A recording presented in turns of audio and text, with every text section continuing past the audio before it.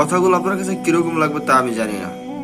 যদি আপনি মনোযোগ সহকারে কথাগুলো শোনেন এবং যদি রাতে বালিশের সাথে মাথা লাগিয়ে একটু যদি চিন্তা ভাবনা করেন, একটু অনুধাবন করেন, তাহলে আমি মনে করি আপনার জীবনে বড় ধরনের একটা পরিবর্তন আসবে ইনশাআল্লাহ। তাই হাতে সময় থাকলে 6 মিনিটের এই কথাগুলো শুনে যাবেন। যেই জায়গায় আসার পরে নেতার নেতাগিরি শেষ হয়ে যায়, যেই জায়গায় আসার পরে মেম্বারের মেম্বারি শেষ হয়ে যায়, যেই জায়গায় আসার পরে চেয়ারম্যানের চেয়ারম্যানই শেষ হয়ে যায়, যেই জায়গায় আসার পরে এই পৃথিবীর অস্তিত্বটাই কেমন যেন বিলীন হয়ে যায়। আর এই জায়গায় আসার জন্য আমাদের কোনো প্রস্তুতি নাই।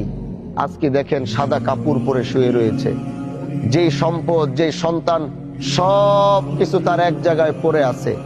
আজকে দুনিয়ার মানুষ তাকে জোর করে নিয়ে যাবে, তার বলার এই অধিকার নাই আমাকে নিও না, আমাকে আমার খাটের থেকে নামায়ও না, আমাকে আমার খাটের থেকে সরায়ও না, আমাকে আমার সন্তান থেকে আলাদা করো না, আমাকে আমার স্ত্রীর থেকে আলাদা করো না, আমাকে আমার পরিবার থেকে আলাদা করো না, আমাকে আমার এলাকার বাসীর থেকে আলাদা করো না। সেই কথাটি হয়তো চিৎকার করে বলছে, আমি শুনতে পাচ্ছি না, আপনি শুনতে পাচ্ছেন না।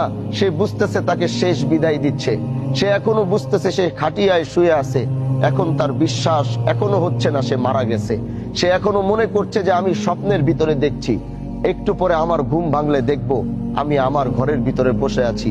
তাকে যখন একটু পরে কবরে রাখা হবে, এই কবরে যখন তাকে রাখার পরে একটু পরে যখন কবর থেকে তার সন্তান, তার আত্মীয় স্বজনরা লাফ দিয়ে উঠে যাবে, তখনও সে মনে করবে আমি স্বপ্ন দেখছি। কারণ মাঝে মাঝে এমন এক স্বপ্ন আসে, ওই স্বপ্নের মধ্যে মনে হয় আমি মরে গেছি। হুট করে ঘুম ভাঙার পরে মনে হয় যে না, আমি মরি নাই, আমি জীবিত আছি, আমি বেঁচে আছি। তিনি এখনো লাশের খাটিয়ায় সাদা কাপড় পরে শোয়া। সে দেখছে এলাকার সবাই তার জানা যায়, কিন্তু সে মনে করছে না, আমি বেঁচে আছি, ঘুম ভাঙবে তো দেখবো আমি দুনিয়ার সামনে। আজকে তাকে কবরে রেখে যখন কবর থেকে উঠা হবে, তখনও সে মনে করবে আমি জীবিত আছি, একটু পর আমার ঘুম ভাঙবে, দেখবো আমি দুনিয়াতে আছি। একটু পর ওই কবরের ভিতরে বাঁশ কাটা হয়েছে, বাঁশগুলো ওখানে রেডি, ওখানে হোগলার পাতা রাখা হয়েছে, হোগলা রাখা হয়েছে। একটু পরে বাঁশগুলো লাগানো শুরু করবে। পৃথিবীর আলোটা কেমন যেন আস্তে আস্তে অন্ধকার হওয়া শুরু হবে, পৃথিবীর আলোটা অন্ধকার হবে।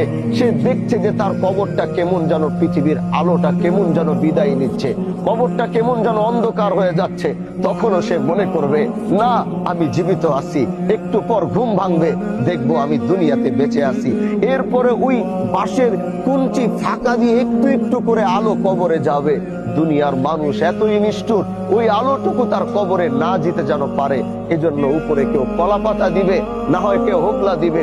কবরটা তখনও একটু একটু দুনিয়ার বাতাস পায়। কার কিছুক্ষণ পরেই কিছু মানুষ হাতের ভিতরে মাটি নিবে, তার সন্তান, তার আত্মীয়, তার রক্ত হাতের ভিতরে মাটি নিবে, এমন এক জায়গায় মাটি চাপা দেওয়ার জন্য এই পৃথিবী শেষ হয়ে গেল, তাকে আর কোনোদিন সেখানে পাওয়া যাবে না। অথচ সেই সন্তান, সেই পরিবারের জন্য সে কতটুকু করেছে, সেই এলাকার মানুষের জন্য কতটুকু করেছে।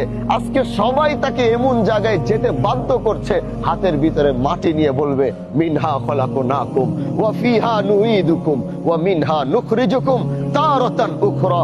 মাটিটা ফেলবে, তারপরে কিছু মানুষ এই কবরটাকে সুন্দর করে সাজাবে। একটু পর সন্তান সন্তানের দিকে হাঁটবে, আত্মীয় স্বজন আত্মীয় স্বজনের দিকে হাঁটবে। একটু পরে গোরস্থানটা খালি হবে, তখনই কিছু ফেরেশতা আসবে তার কবরে। তিনি ঘুম থেকে তখন জাগবে, জেগে তিনি বসবে। তার ঘুমটা তখন ভাঙার পরে সে বুঝতে পারবে না, আমি তো সত্যি মারা গেছি, আমি তো সত্যি ইন্তেকাল করছি। কবর থেকে চিৎকার দিবে, তার এই আওয়াজ পৃথিবীর কেউ শুনবে না, কেউ বুঝবে না। এটাই যদি দুনিয়া হয়, তাহলে আপনি কোন দুনিয়ার অহংকারীতে, কোন পায়ের আওয়াজে আপনাকে অহংকারী বানায়, কোন কথার বলে আপনি অহংকারী হন? আপনার নিজের জীবনেরই তো কোনো অস্তিত্বের গ্যারান্টি আপনাকে আল্লাহ পাক দেয় নাই। এজন্য ভাই আমার, আসো, এই জানাজায় তাড়াহুড়ো করে যাওয়ার জায়গা নয়। এই জানাজা তো বারবার এই লাশের দিকে তাকাও, বারবার এই খাটিয়ার দিকে তাকাও, বারবার এই খাটিয়ার দিকে তাকাও, এই সাদা কাপড়ের দিকে তাকাও। দেখো এই সাদা কাপড়ে কোনো ধরনের শিলা এখানে নাই। আসো আবার বারবারে কাপড়টা ধরো, নিজের কাপড়টা ধরো, দেখবা আজকে আমার কাপড়ে সেলাই রয়েছে, আমার কাপড়ে পকেট রয়েছে, আমার পায়জামায় পকেট রয়েছে, পাঞ্জাবিতে পকেট রয়েছে, আমার এই ওয়েস্টকোটের ভিতরে পকেট রয়েছে। আসো তোমাদেরকে দেখাই, আজ যিনি কবরের দিকে রওনা হয়েছে সে কি নিতে পারছে এখান থেকে। দেখো, একটা সাদা কাপড় নিয়েছে, কিন্তু সেই সাদা কাপড়টারও কোনো রং ঢং নাই, কোনো আকার ধরন নাই, কোনো কালারিং নাই। দেখতে সুন্দর লাগবে, রং হবে, দেখতে ভালো লাগবে না, একটা স্লিম সাদা কাপড় চলে যাইতেছে এখান থেকে। আসো আসো যুবক, এখান থেকে শিক্ষা নিয়ে যাও। আসেন সাদা দাড়িওয়ালা মুরব্বী চাচারা, একবার এই লাশের দিকে তাকান, বারবার তাকান, বারবার একটু দেখেন এই জায়গায়।